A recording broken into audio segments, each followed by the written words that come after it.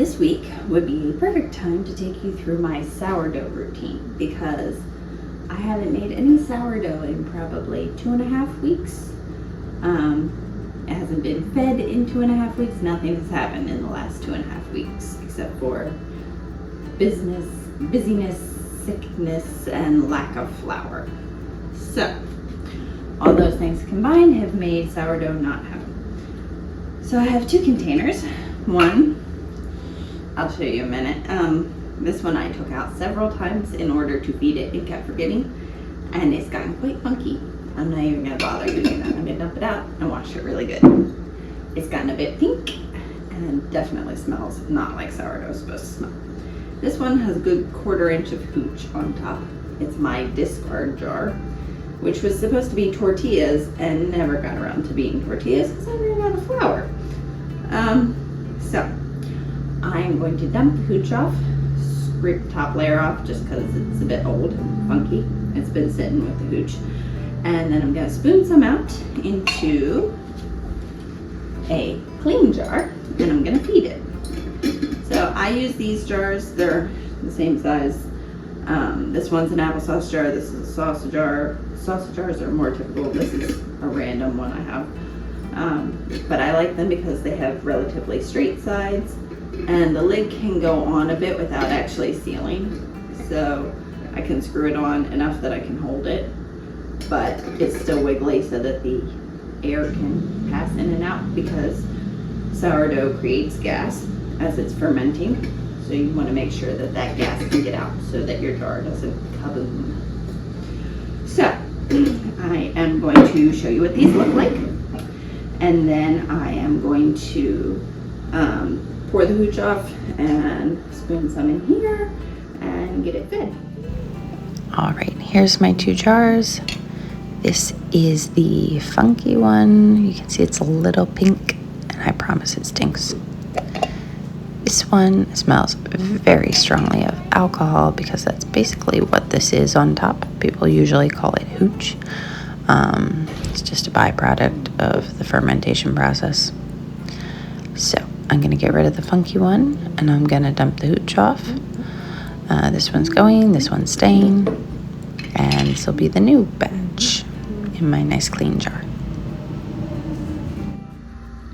All right, so I have poured the hooch off, I have scraped the top layer off, and I'm gonna put some in my other jar now. Get rid of that thing because it's gross, and I'm just gonna spoon some in here. I don't need a lot because I'm gonna feed it and it will become more. This is still good. It was in the fridge. It's fine. I will eventually make tortillas with it. I promise it's fine. Oh, where did I put its lid? That's the wrong lid. Let me find its lid. There's its lid. So I have about 1/4 inch in here, which is probably less than 1/4 cup, but maybe close to that. It doesn't really matter a whole lot. I'm going to mix some flour and water in. I do not measure it. You can measure it 50-50 by weight, not by volume, because yeah, if you do 1 cup of flour, 1 cup of water, that's gonna be way too sloppy for you. So I have about 1/2 cup of flour here. Actually, that's a bit much. I'm gonna do a bit less than that. And I'm just gonna dump it in on top of my sourdough starter. And then what I will do is I'll get a little bit of water and I'll mix it in. And basically I'm just going for the consistency of like a thick pancake batter. So the consistency I showed you before, I want it to be about the same as that. If it's a little loose, it's okay. If it's a little bit thicker, it's okay. Just, yeah. It is technically science, but it's not super exact science. And you can really overcomplicate and overthink it, and you really don't need to. So I put some flour in. I'm gonna mix a little bit of water in, and I'm gonna stir it up. I use a chopstick. I can't remember exactly, but I feel like I read somewhere that it's better not to use metal with it. so I try not to. I know I just used a metal spoon to scoop it out. But in general, I try to use wood with it just because I think it's supposed to be better. I could be wrong. I like the way it mixes with a chopstick. We use chopsticks in our house a lot, so chopsticks are just a logical thing for me to use. I will take the camera off and I will show you as I'm adding water what it looks like, and as I stir it what it looks like, so you kind of get an idea, because I think that's probably the most helpful thing I can do for you. So as you can see, we are at my sink. I have my flour in there. I'm just going to set this on the edge and turn my water on. Yes, there's a slice of tomato in the sink. I don't want the water running too high because I just want to mix the liquid in.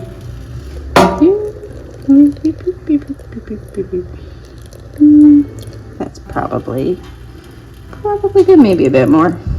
As you get used to it, you'll know how much you need to add in and what's good and what's not. One advantage of this is that if it's a little bit too wet, you can always add a bit more flour, and if it's a bit too dry, you can always add a bit more water. Of course, if you do that too many times, you're going to need a bigger jar, but the point is that it's rather forgiving. See, that's a bit thick at the moment. That's too thick. It needs some more water.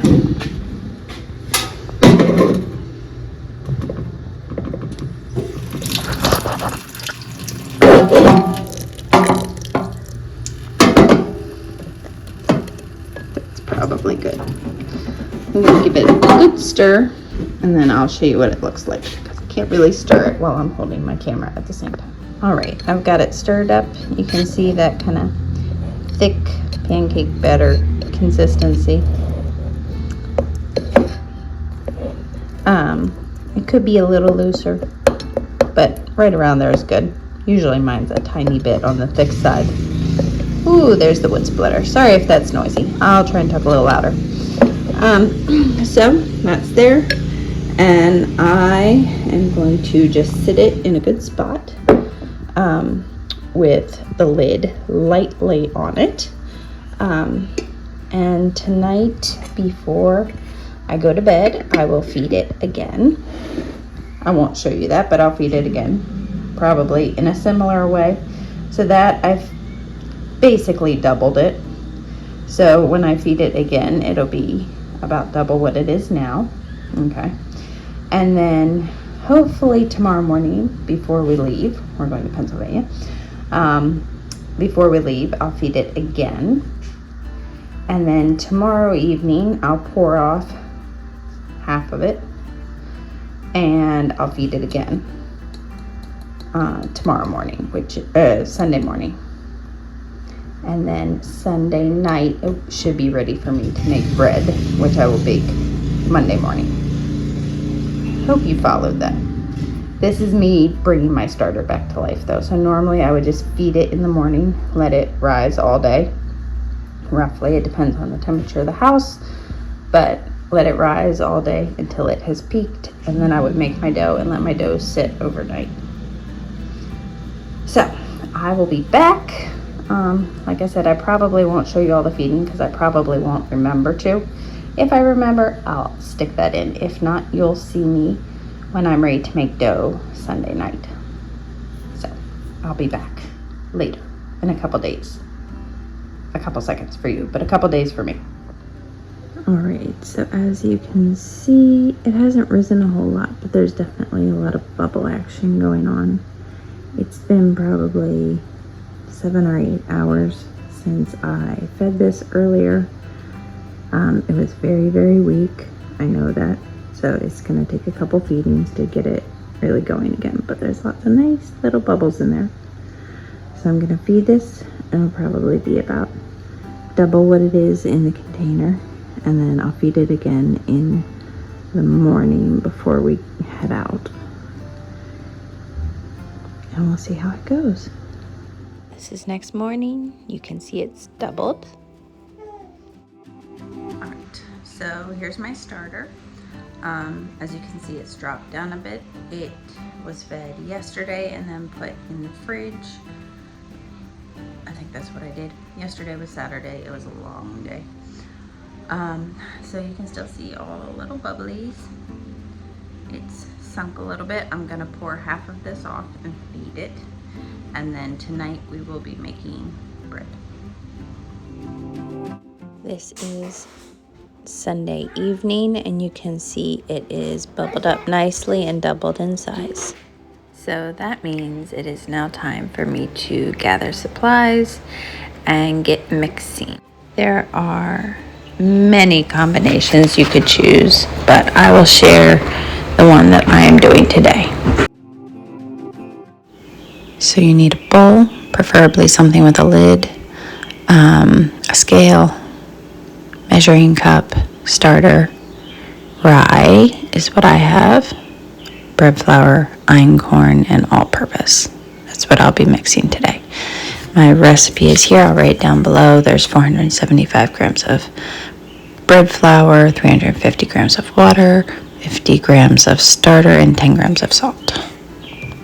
So I'll add my starter first, and then actually I'll do water next usually, and I forgot salt. I gotta go grab my salt. After I add the salt and the water to the starter, I give it a little bit of a stir just to get mixed in, and then I will measure out my flour.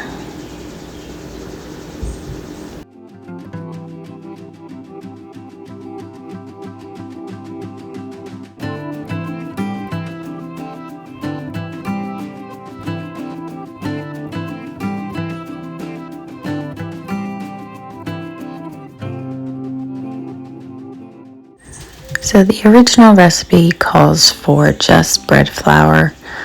I use whatever kind of combination I feel like. I like to add some einkorn because it just has a really nice flavor. Sometimes I use all-purpose because I have more of that than I do anything else. I like to add buckwheat. This time I'm trying some rye and making it a seedy loaf. My family loves the raisin bread that I make, which it has no sugar in it at all. It's just this recipe plus some cinnamon and raisins folded in before putting it in the loaf pan. So you can try all kinds of stuff. I'm just mixing it. You want to make sure it's well mixed. It doesn't have to be kneaded, as mentioned in the title of this video, but you just want to make sure that it's completely wet with no dry pockets. So just give it a really, really good stir until it's all come together.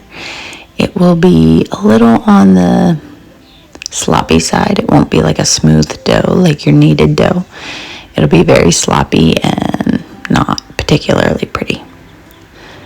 But that is fine, and that's the way it's supposed to be. Now, I mentioned earlier that you preferably want to use something with a lid.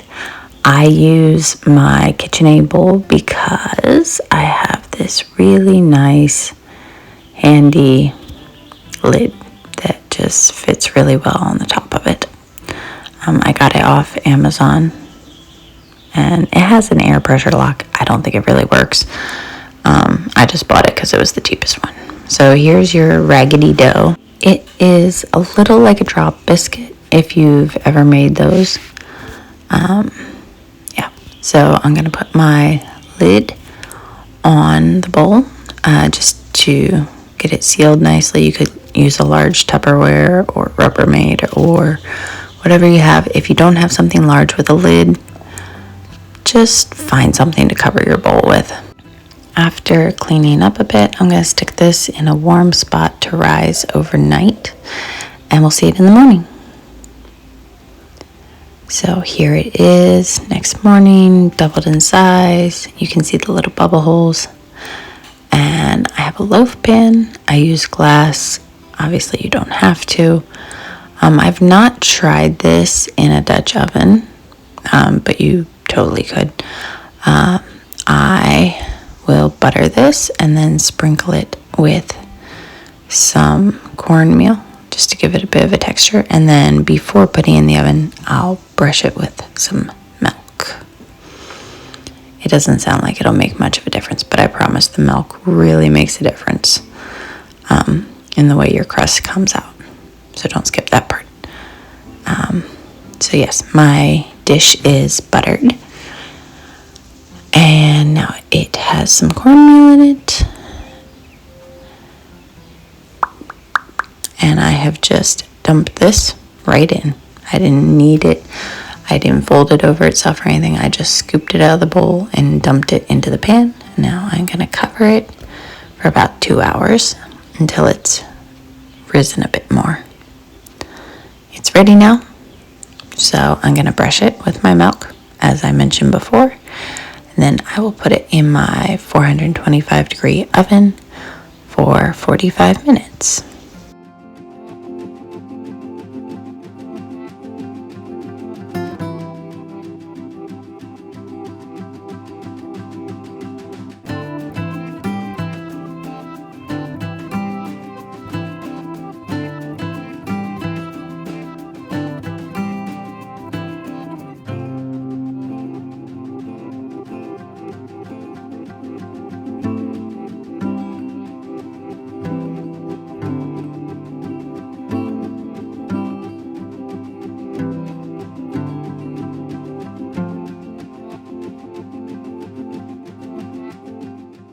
So this is your bonus section where I'm going to show you how I mix in my raisin bread. I have this, obviously raisins and cinnamon. I use this silicone mat just because it's easier as far as cleanup goes. So here's my dough, just like before. I am going to pour it out onto the silicone mat. Not just in a blob. I'm going to try and stretch it as I'm pouring it, just because it makes it easier in the long run. Next, I'm just going to take my dough scraper and just kind of spread it out even more so it's like a nice sheet of dough. Obviously, it's very sticky. It's not something you're going to knead or roll or anything like that. So I just kind of generally spread it out. Now it is time to add cinnamon and raisins. And I just sprinkle on as much as I want. We like a lot of cinnamon and a lot of raisins.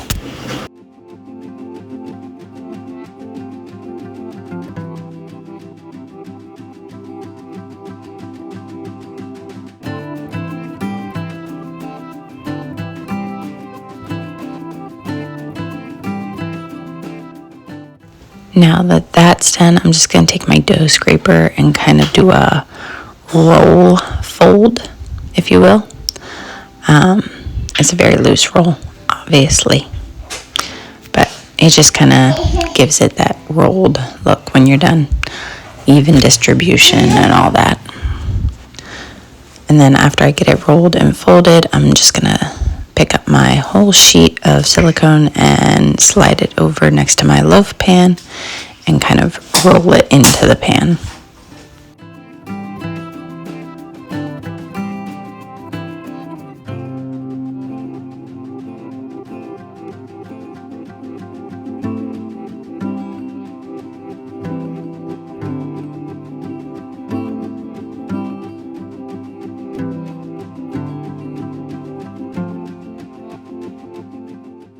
Well, there you are. That is my super easy, no hassle, no knead bread recipe. I hope you enjoy it and I hope you try it. And if you like it, please let me know. And if you have any questions, feel free to ask them. Bye, guys.